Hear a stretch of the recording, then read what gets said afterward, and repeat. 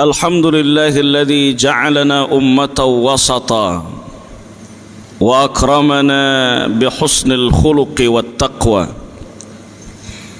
الصلاة والسلام على سيدنا المصطفى وعلى آله وصحبه أهل الصدق والوفاء وبعد. Yang saya muliakan para alim ulama, cerdik pandai, para tokoh-tokoh masyarakat. Yang besar tak dihimbau gelar, yang kecil tak disebut nama. Bapak Ibu jamaah Masjid Raya An-Nur yang insyaallah dirahmati Allah Subhanahu wa taala.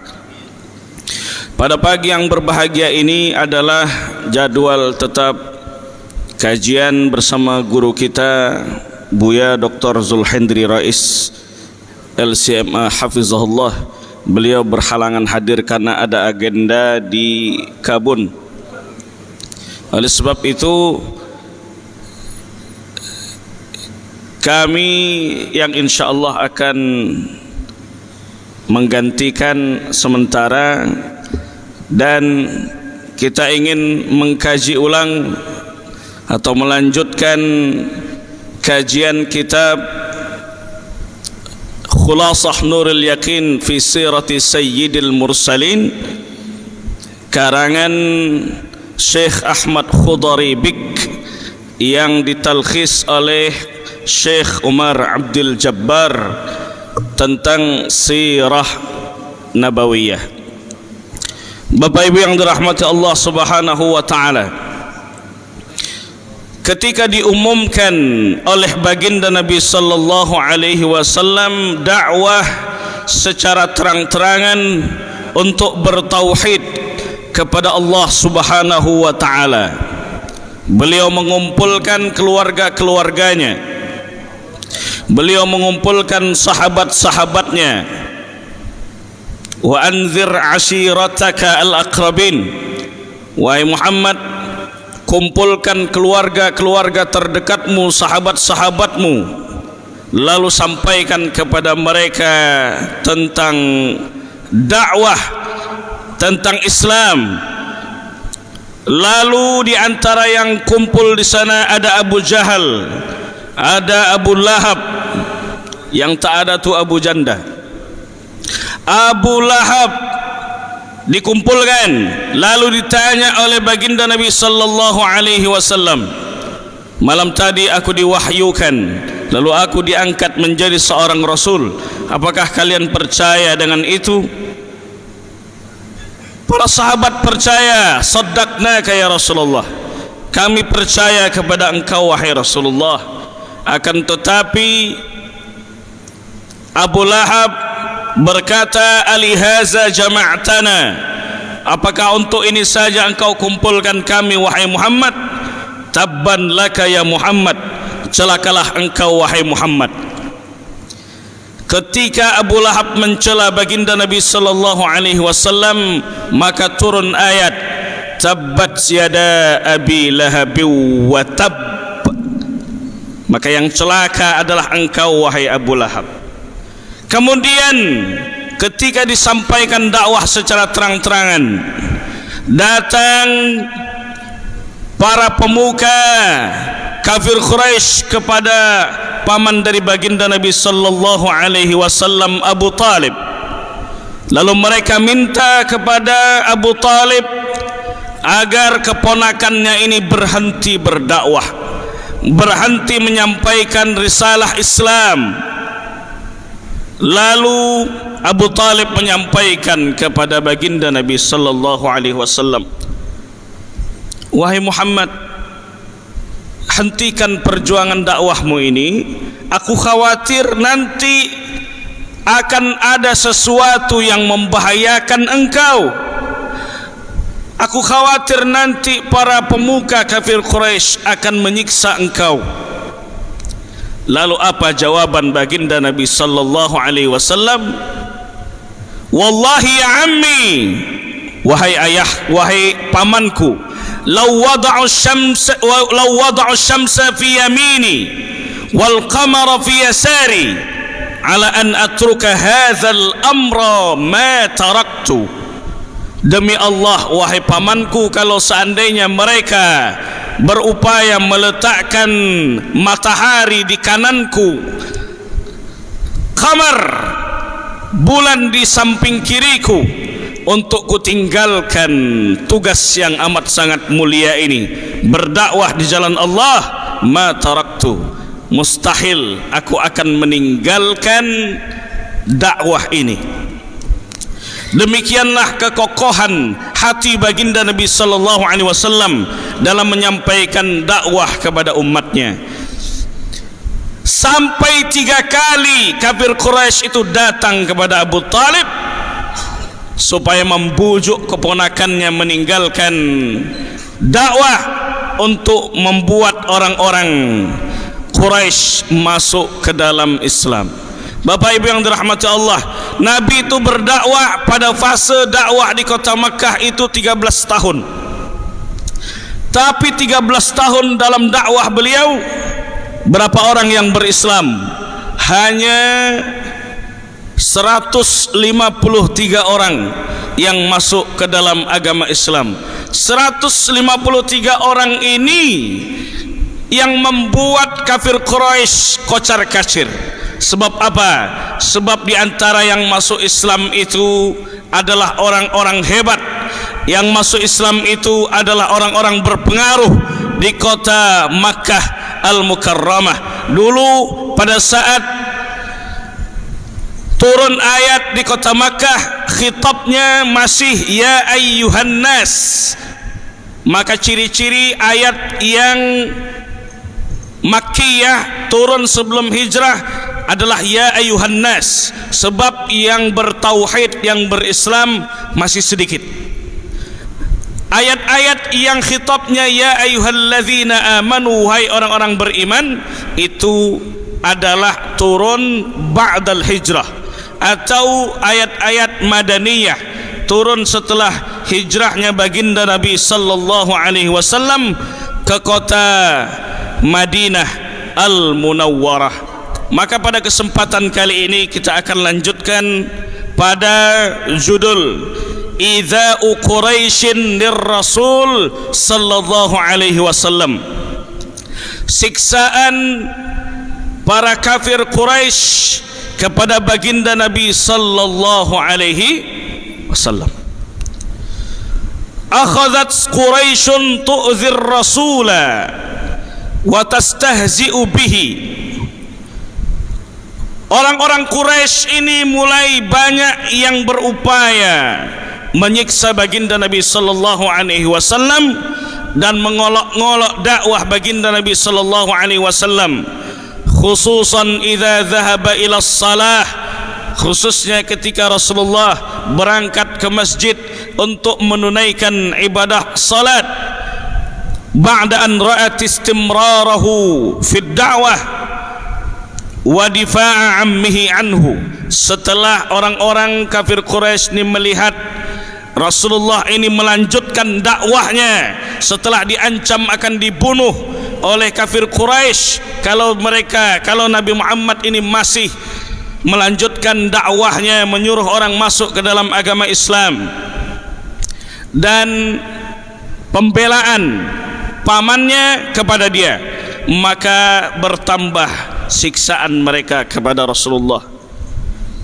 Setiap kali pulang ke rumah, tidak jarang Fatimah, anak daripada Rasulullah sallallahu alaihi wasallam ini, melihat dalam badan Nabi, di badan Nabi melekat kotoran-kotoran unta, bahkan ada bekas luka yang dibuat oleh kafir Quraisy kepada baginda Nabi sallallahu alaihi wasallam. Wa kana yuqabiluhum bil hilmi, tapi Rasulullah tetap menghadapi mereka dengan santun, wasabri, dengan sabar, wal lutfi, dengan kelembutan, wal afwi, dengan memaafkan. Walaupun disiksa dengan siksaan yang amat sangat parah, yang tidak berperi kemanusiaan kepada baginda Nabi sallallahu alaihi wasallam, akan tetapi Nabi tetap sabar, tetap tenang, tetap menunjukkan akhlaknya. Kalau kita sholat 5 waktu di masjid, setiap kali sholat berjamaah, Nabi SAW menyebutkan pahalanya 27 kali lipat.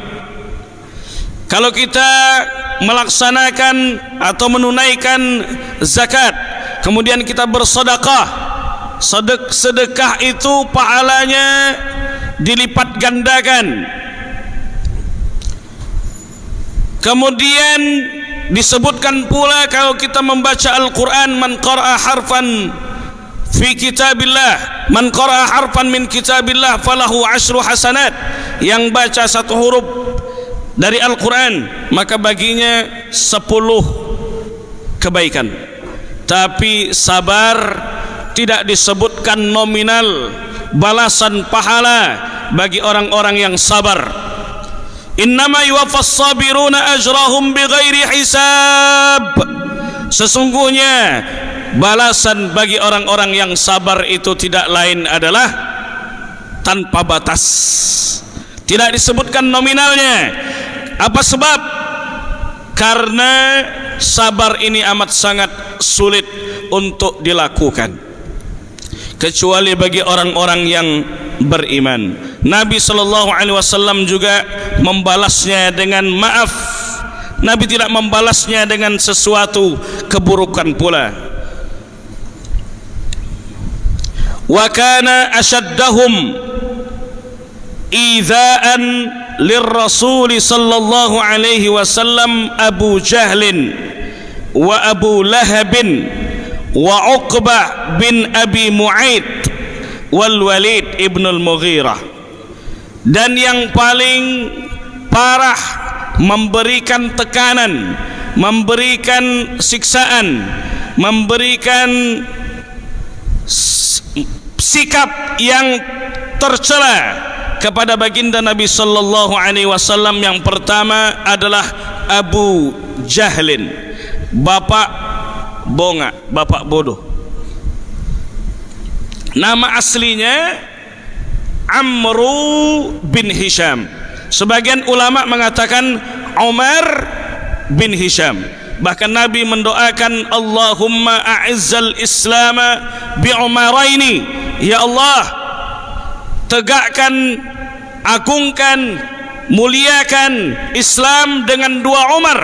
Umar yang pertama adalah Umar bin Hisham, lalu Umar yang kedua adalah Umar bin Al-Khattab. Tapi yang masuk ke dalam agama Islam adalah Umar bin Al-Khattab.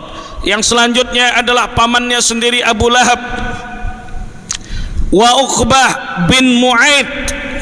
Uqbah bin Mu'aid ini salah satu pemuka dari kafir Quraisy. Dia pernah bersyahadat, tapi syahadatnya terpaksa karena dia pernah mengundang Nabi SAW untuk makan di rumah dia. Lalu Nabi SAW tak mau makan kecuali dia bersyahadat. Kemudian dia bersyahadat, tapi dia kembali murtad, disebabkan karena kawan-kawannya mengajak dia untuk kembali kepada agama nenek moyangnya. Jangan mau ditipu oleh Muhammad sallallahu alaihi wasallam itu. Uqbah bin Abi Mu'aid ini pernah meludahi wajah baginda Nabi sallallahu alaihi wasallam. Lalu ludah tersebut kembali ke wajahnya, dan dia dengan izin Allah wajahnya terbakar dengan ludah yang dikembalikan ke wajahnya. Kemudian siapa lagi yang memberikan siksaan? Al-Walid ibnul Mughirah. Walid ibnul Mughirah ini adalah salah satu juga pemuka kafir Quraisy yang merupakan pengusaha, merupakan tajir, memiliki harta benda yang melimpah. Lalu Walid bin Al-Mughirah ini juga pernah mengatakan kepada Nabi bahwa kau tak layak untuk mendapatkan wahyu dari Allah. Yang layak itu adalah aku, kata Walid bin Al-Mughirah, karena aku lebih tua, karena kita sebangsa, bangsa Arab Quraisy, karena aku lebih kaya daripada engkau.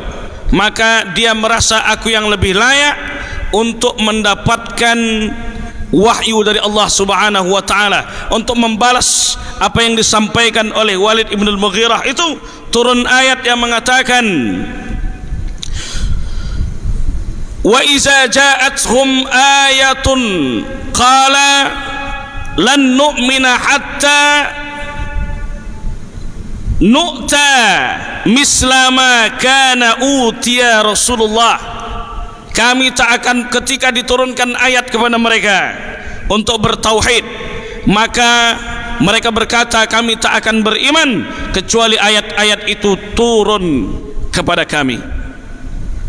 Inilah beberapa orang dari pemuka kafir Quraisy yang mereka memberikan siksaan kepada baginda Nabi sallallahu alaihi wasallam dengan melempar kotoran-kotoran unta, dengan menyiksa baginda Nabi sallallahu alaihi wasallam, melemparkan batu kepada baginda Nabi sallallahu alaihi wasallam dan mencela baginda Nabi sallallahu alaihi wasallam. Wa qad intaqama Allah min jami'il mustahzi'ina ba'dal hijrah. Lalu Allah Subhanahu wa taala membalaskan dendam kepada orang-orang yang pernah melukai Nabi, kepada orang-orang yang telah mengolok-olok mengejek dakwah Nabi setelah hijrahnya Rasulullah sallallahu alaihi wasallam ke kota Madinah Al-Munawwarah. Faminhum man qutila, sebagian di antara mereka ada yang mati terbunuh. Wa minhum man ahlakathul amrad, dan sebagian ada yang celaka mati disebabkan penyakit yang luar biasa. Bapak Ibu yang dirahmati Allah, ini menunjukkan bahwa kezaliman itu tidak akan pernah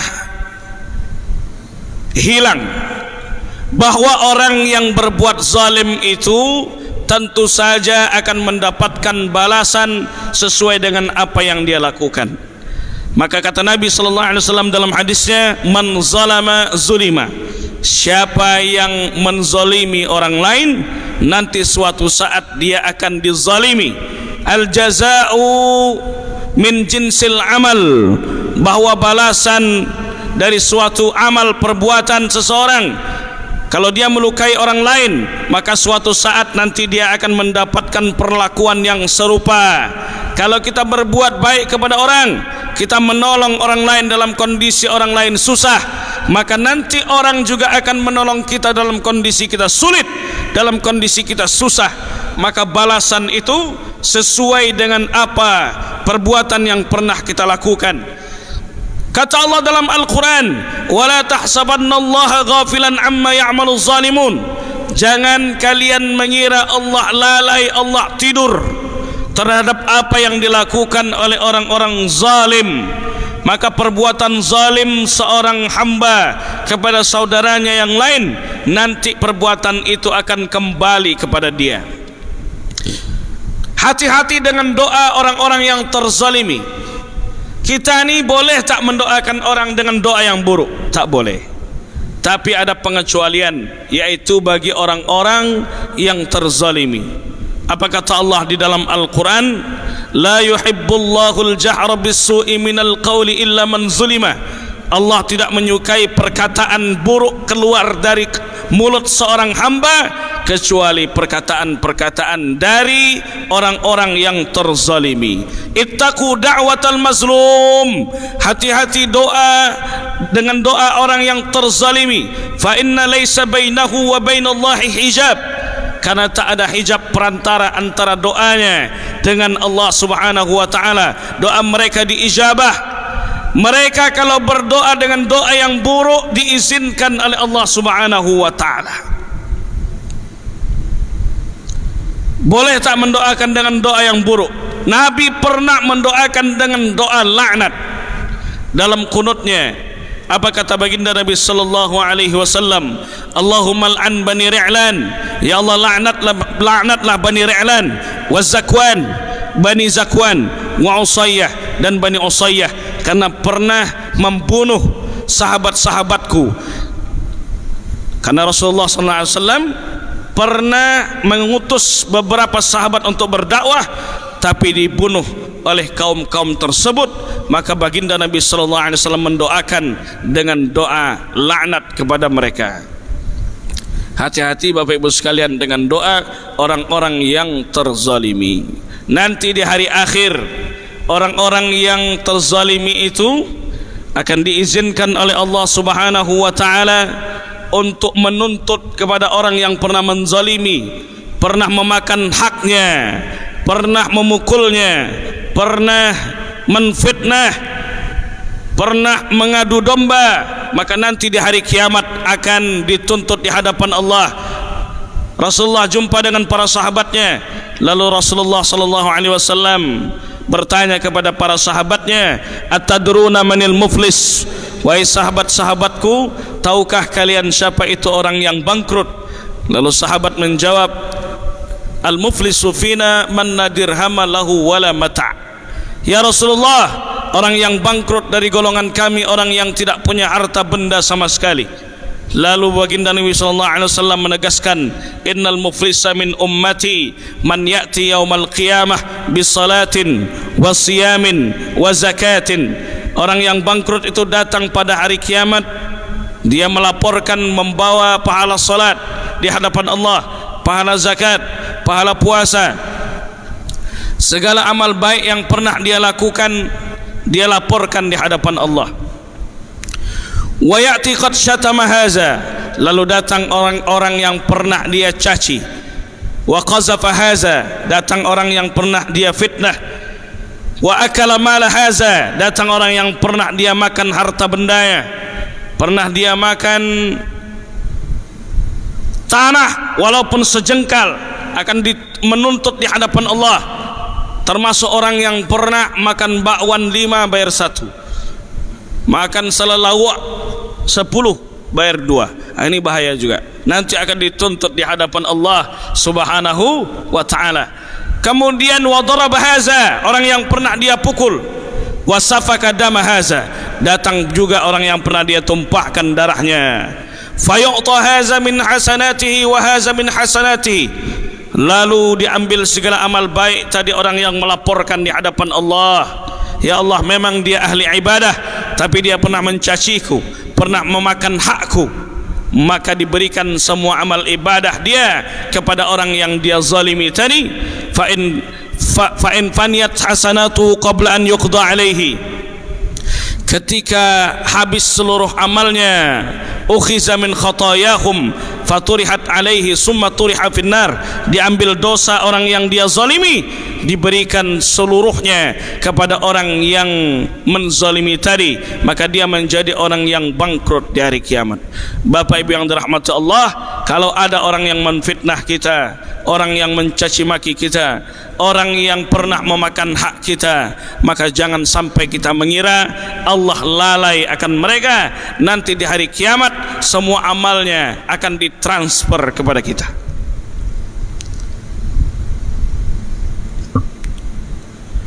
Iza'u Quraisyin lis-sahabah, tadi siksaan Quraisy kepada baginda Nabi sallallahu alaihi wasallam, karena Rasulullah ini tak mempan, diancam untuk dibunuh, disiksa setiap hari.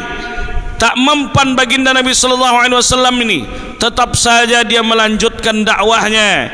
Dia tak mau, dia tak peduli dengan apa yang dilakukan oleh kafir Quraisy. Dia tetap tegar dengan pendiriannya. Maka dia berlanjut kepada siksaan kepada sahabat-sahabat baginda Nabi sallallahu alaihi wasallam yang masuk ke dalam agama Islam. Lamma ra'at Quraisyun anna ar-rasul sallallahu alaihi wasallam asbaha azizan muhtarama, ketika melihat kafir Quraisy ini melihat baginda Nabi sallallahu alaihi wasallam mulai semakin mulia, mulai semakin terhormat di kota Makkah Al-Mukarramah itu, semakin banyak yang mau masuk ke dalam agama Islam dari kalangan kafir Quraisy, dari kalangan bangsa Quraisy, maka mereka berinisiatif supaya yang masuk Islam ni, yang sudah masuk Islam ni disiksa, sehingga yang lain wanti-wanti, yang lain berhati-hati, yang lain tak mau ikut-ikutan masuk ke dalam Islam karena resikonya berat ketika bersyahadat, maka harus siap untuk diberikan siksaan oleh kafir Quraisy. Imtana'u an adzah, mereka semakin memberikan siksaan itu kepada sahabat-sahabatnya. Artinya imtana'u an adzah artinya mereka berhenti menyiksa baginda Nabi sallallahu alaihi wasallam karena Rasulullah tak peduli dengan apa yang dialami oleh beliau dari siksaan kafir Quraisy. Wa aqbalu 'ala sahabah bil iza, lalu mereka lanjutkan siksaan itu kepada para sahabat baginda Nabi sallallahu alaihi wasallam. Wala sayyamal mustad'afin alladzina la nasira lahum, terutama atau lebih parah, bahkan yang lebih parah itu siksaan kepada kaum-kaum yang lemah, al-mustad'afin alladzina la nasira lahum, yang mereka tidak punya orang yang dapat menolong mereka.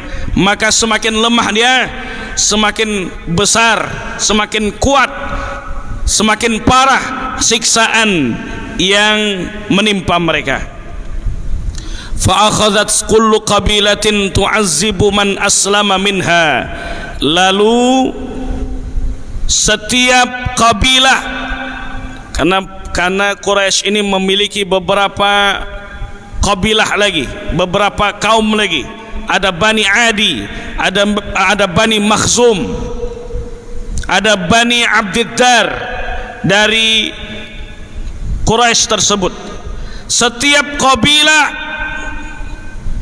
tu'azzibu, mengazab, menyiksa man aslama minha, siapa yang berislam dari kalangan mereka. Siapa yang berislam dari Bani Adi, siksa dia. Siapa yang berislam dari Bani Abdiddar, siksa dia.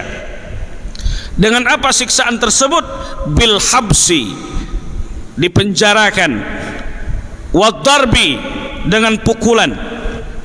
Wal ju', wal ju' artinya dengan membuat mereka kelaparan. Wal atash, dengan membuat mereka kehausan.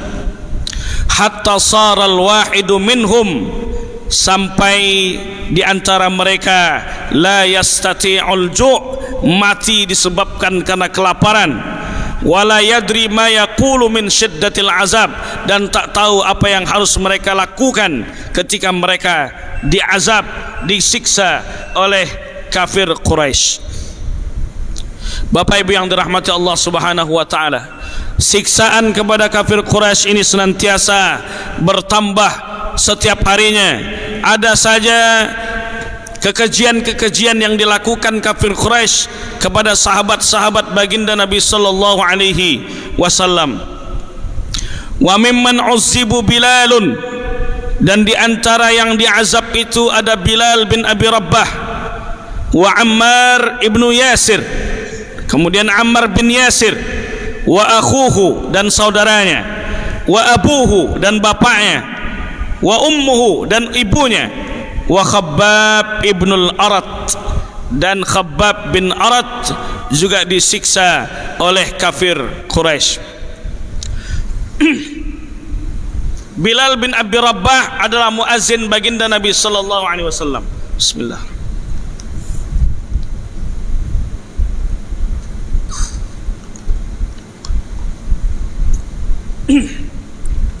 Bilal bin Rabbah sering kita dengar.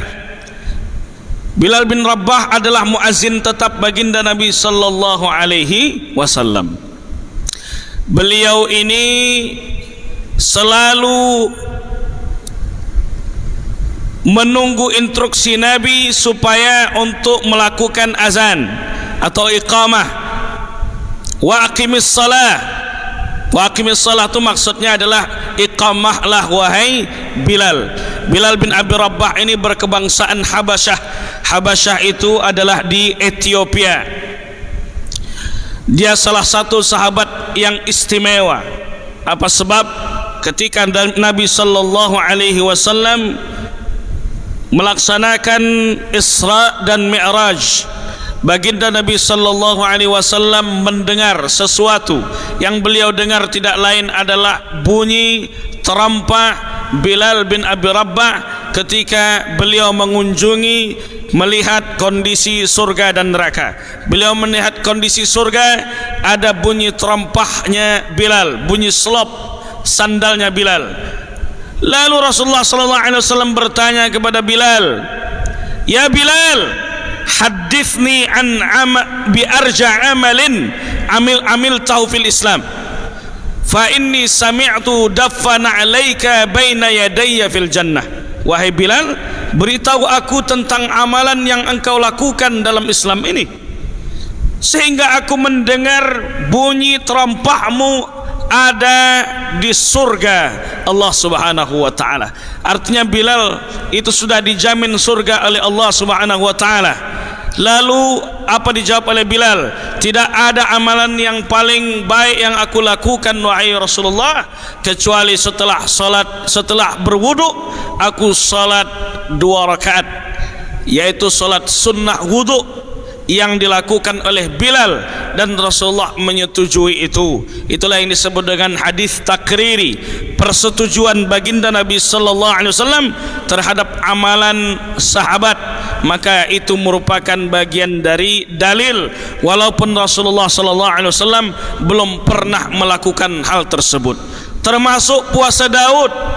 Puasa Nabi Daud itu puasa paling afdal, kata Nabi. Kata Nabi, afdalus siyam sauma akhi Daud. Sebaik-baik puasa itu adalah puasa Nabi Daud. Kana yasumu yauman wa yuftiru yauman. Puasa sehari, berbuka sehari. Puasa sehari, berbuka sehari. Itu puasanya Nabi Daud. Tapi Nabi tidak pernah melaksanakannya. Nabi hanya menyetujui dan mengapresiasi, dan itu bagian daripada hadis takriri, dan itu merupakan dalil walaupun tidak pernah dikerjakan Nabi. Maka batal kaidah yang mengatakan semua yang tak dicontohkan Nabi adalah bid'ah. Karena puasa Nabi Daud tidak pernah dikerjakan oleh Nabi. Nabi Daud alaihissalam istrinya 100. Istrinya berapa, Bu? 100. Tapi puasanya puasa sehari, berbuka sehari. Malu Pak kita di hadapan Allah Subhanahu wa taala, bini kita 1, puasa Asyura pun payah. Nabi Daud bininya 100, tapi beliau puasa sehari, besok berbuka. Puasa sehari, besok berbuka. Maka 4 itu tak banyak kalau dibandingkan 100. 4 itu sedikit. 4 itu kalau dibandingkan 1 4 itu kalau dibandingkan 1 banyak. Tapi kalau dibandingkan 100 sedikit. Tapi 1 aja tak habis. Nak 4 pula, pecah piring di rumah. Bapak Ibu yang dirahmati Allah Subhanahu wa taala. Bilal bin Abi Rabah disiksa oleh tuannya sendiri. Siapa tuannya? Umayyah. Disiksa Bilal bin Abi Rabah ini ketika dia terbaring di atas pasir. Jadi Bilal ini disiksa, dibawa dia ke padang pasir, dibaringkan dia dengan kondisi cuaca 50 derajat Celcius panasnya. Lalu Umayyah menyuruh kafir Quraisy ini bakar batu, tempelkan di perut dari Bilal bin Abi Rabah. Lalu disuruh Bilal ini katakan bahwa disuruh dia untuk meyakini bahwa ada Tuhan selain Allah. Disuruh dia untuk meyakini Tuhan-Tuhannya dari kafir Quraisy yang mereka sembah. Tuhan-Tuhan dari mereka Lata, Uzza, Hubbal. Lalu Bilal tetap saja walaupun disiksa, disuruh dia untuk keluar dari Islam, tetap dia mengatakan Ahad, Ahad, Esa, Ahad, Esa, Ahad, Esa. Bilal bin Abi Rabah tidak mau keluar dari Islam. Dia tetap dengan pendiriannya. Dia mengatakan Ahad Esa, Ahad Esa. Kenapa yang dia katakan Ahad? Dia tidak katakan Allah, Allah, Allah. Ketika hijrah ke kota Madinah, barulah ditanyakan kepada Bilal, wahai Bilal, dulu kenapa ketika engkau disiksa disuruh murtad, engkau yang engkau katakan, engkau sebutkan adalah Ahad, bukan Allah? Kata Bilal, tidak ada kalimat yang kudapatkan yang paling dibenci kafir Quraisy kecuali kalimat Ahad Esa. Karena sebagian dari kafir Quraisy itu masih percaya kepada Allah, akan tetapi mereka meyakini Allah ada sekutunya, boleh menyembah Tuhan selain daripada Allah Subhanahu wa ta'ala. Maka mereka benci dengan kalimat Ahad Esa. Sesuai dengan ayat yang dibaca oleh imam kita tadi, Buya Amin Yono, wala in sa'altahum man khalaqas samawati wal ard wa sakhkhara asy-syamsa wal qamar la yaqulunna Allah. Ketika kalian tanyakan kepada kafir Quraisy, siapa yang menciptakan langit dan bumi, kemudian matahari, bulan, maka mereka mengatakan Allah. Mereka menyebutkan Allah, tapi mereka tidak beribadah kepada Allah Subhanahu wa ta'ala. Oleh sebab itu, dalam pendapat Imam Ibnu Taimiyah bahwa akidah itu kalau seandainya sudah rububiyah, meyakini bahwa Allah Subhanahu wa ta'ala sebagai Tuhan yang maha mengatur, yang maha berkuasa, yang maha melindungi dan sebagainya, maka uluhiyahnya tak perlu lagi. Kalau uluhiyah dia tidak lakukan, tak apa-apa. Maksud uluhiyah itu adalah mentauhidkan Allah dengan ibadah.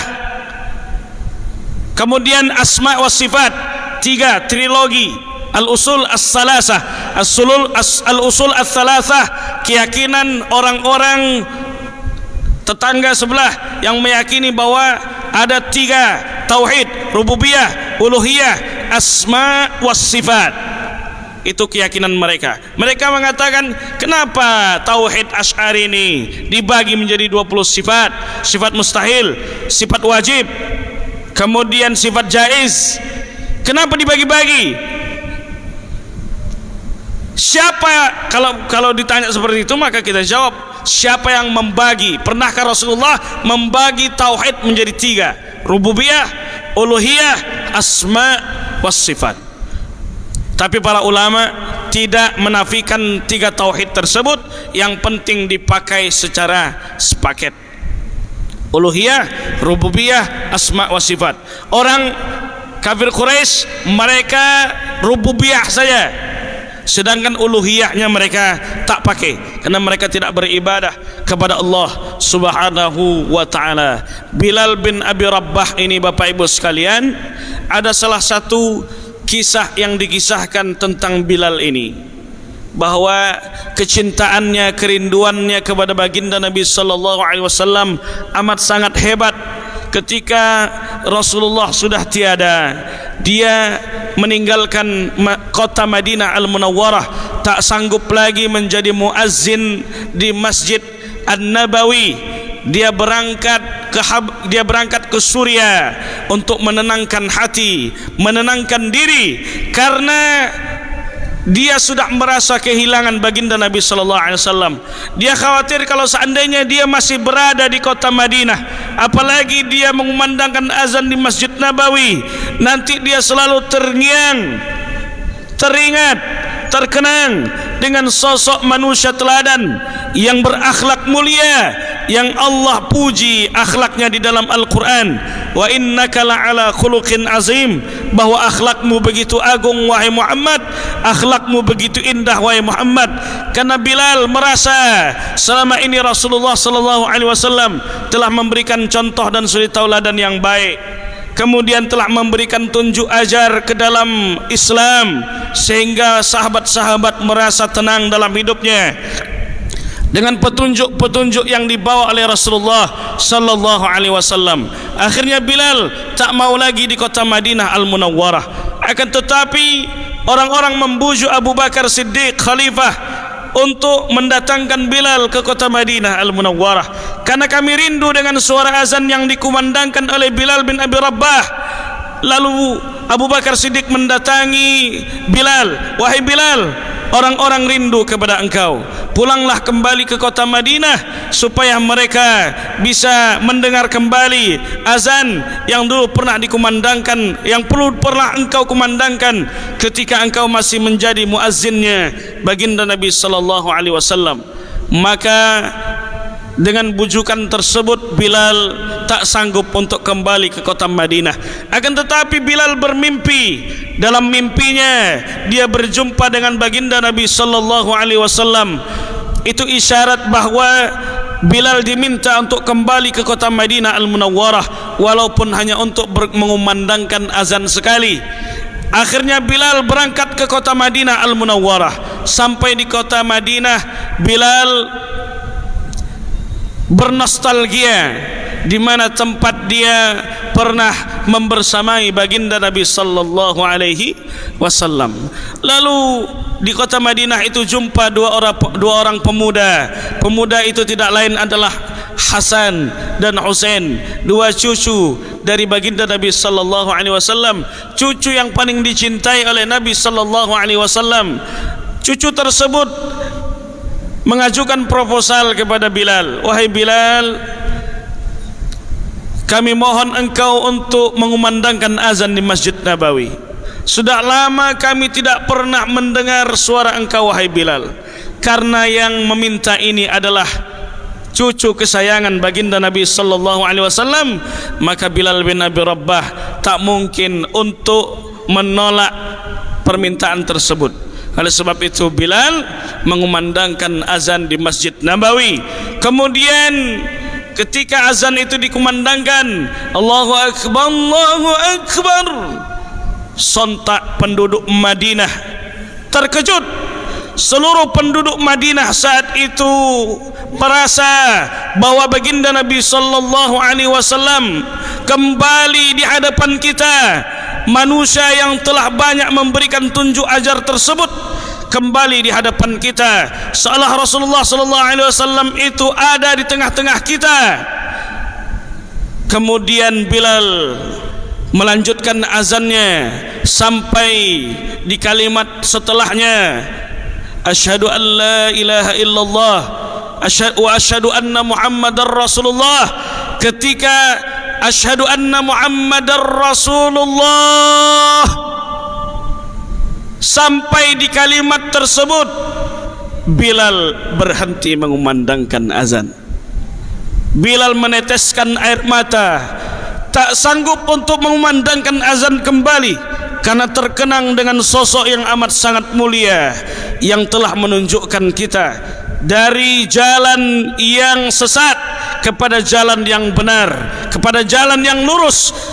Manusia yang nanti di hari kiamat, ketika para nabi dan rasul sibuk dengan dirinya masing-masing, sibuk meminta pertolongan, tapi ada manusia yang Allah suruh masuk ke dalam surga lebih awal, tapi dia menolak sebab dia ingin memberikan syafaat kepada umatku, umatku, umatku.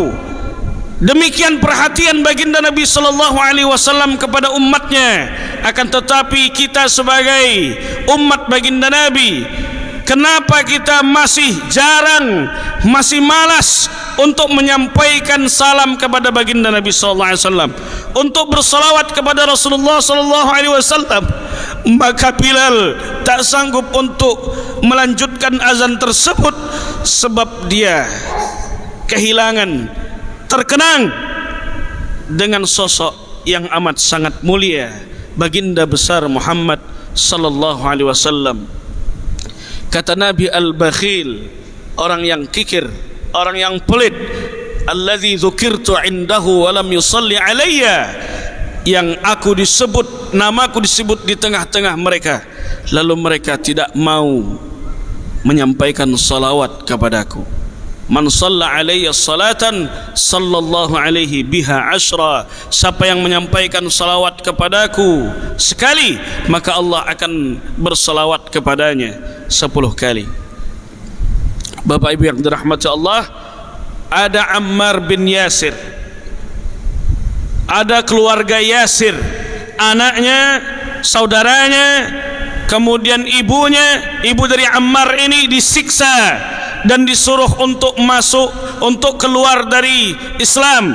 Tapi mereka walaupun disiksa sampai ayah dan ibu Ammar meninggal dunia gara-gara disiksa untuk masuk ke dalam agama Islam. Dulu belum ada perintah untuk membalas apa yang dilakukan oleh kafir Quraisy tersebut. Oleh sebab itu Nabi hanya memberikan pesan kepada Yasir, kepada keluarga Yasir, kepada keluarga Ammar, bahwa sabran ya ala Yasir, sabarlah wahai keluarga Yasir, fa inna mau'idakumul jannah, bahwa sesungguhnya tempat kalian nanti adalah di surganya Allah Subhanahu wa taala. Wa Khabbab ibn al-Arat, dan Khabbab bin Arat juga disiksa oleh kafir Quraisy. Disebutkan dalam riwayat, Khabbab ada di punggungnya bekas bolong, lobang di belakang di punggungnya, sebab Khabbab dibakar dengan batu dibakar kemudian ditimpakan ke punggung dari Khabbab ibn al-Arat. Demikianlah keistiqomahan Rasulullah dan para sahabatnya memeluk agama Islam, dan mereka tidak mau meninggalkan Islam walaupun disiksa sedemikian hebat. Maka sesuai dengan doa tadi yang dibaca oleh imam kita juga, innalladzina qalu rabbunallah summa istaqamu tatanazzalu alaihimul malaikatu alla takhafu wa la tahzanu wa abshiru bil jannati allati kuntum tu'adun.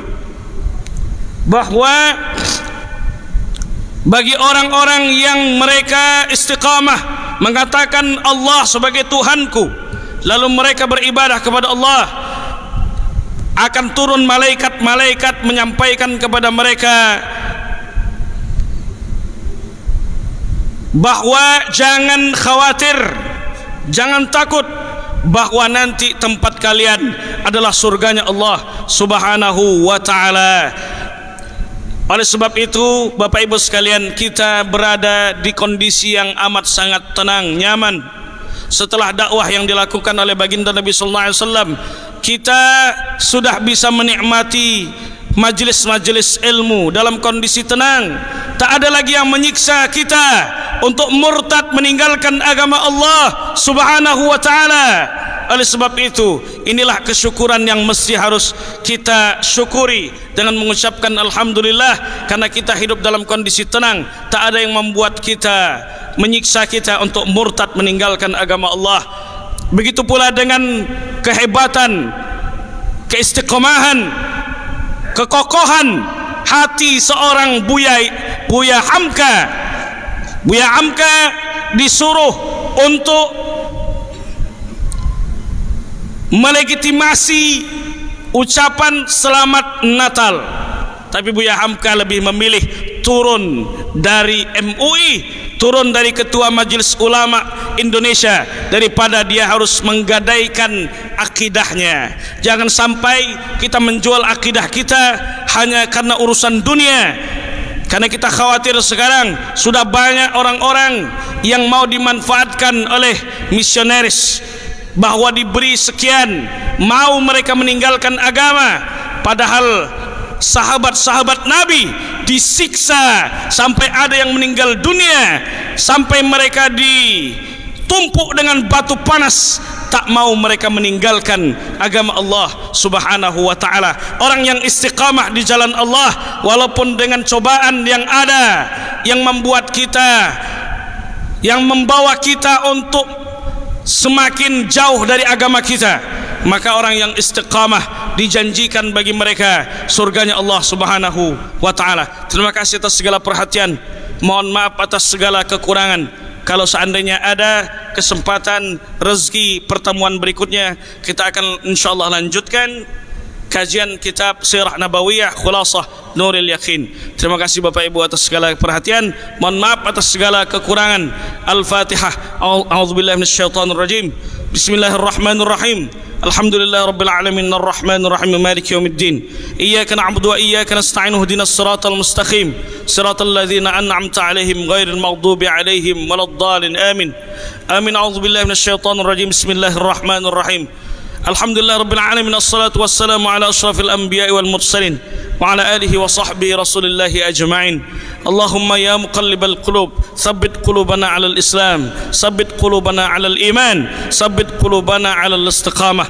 Allahumma aslih lana dinana alladhi huwa 'ismatu amrina wa aslih lana dunyana allati fiha ma'ashuna wa aslih lana akhiratana allati ilayha ma'aduna waj'al al-hayata ziyadatan lana fi kulli khair waj'al al-mauta rahatan lana min kulli syarr. Allahumma ij'al jam'ana hadha jam'an mubaraka wa tafarruqana min ba'di tafarruqan ma'suma. Rabbana atina fid dunya hasanah wa fil akhirati hasanah wa qina azaban nar. Wa sallallahu ala sayyidina Muhammad wa ala alihi wa sahbihi wasallam. Walhamdulillahi rabbil alamin. Wassalamu alaikum warahmatullahi wabarakatuh.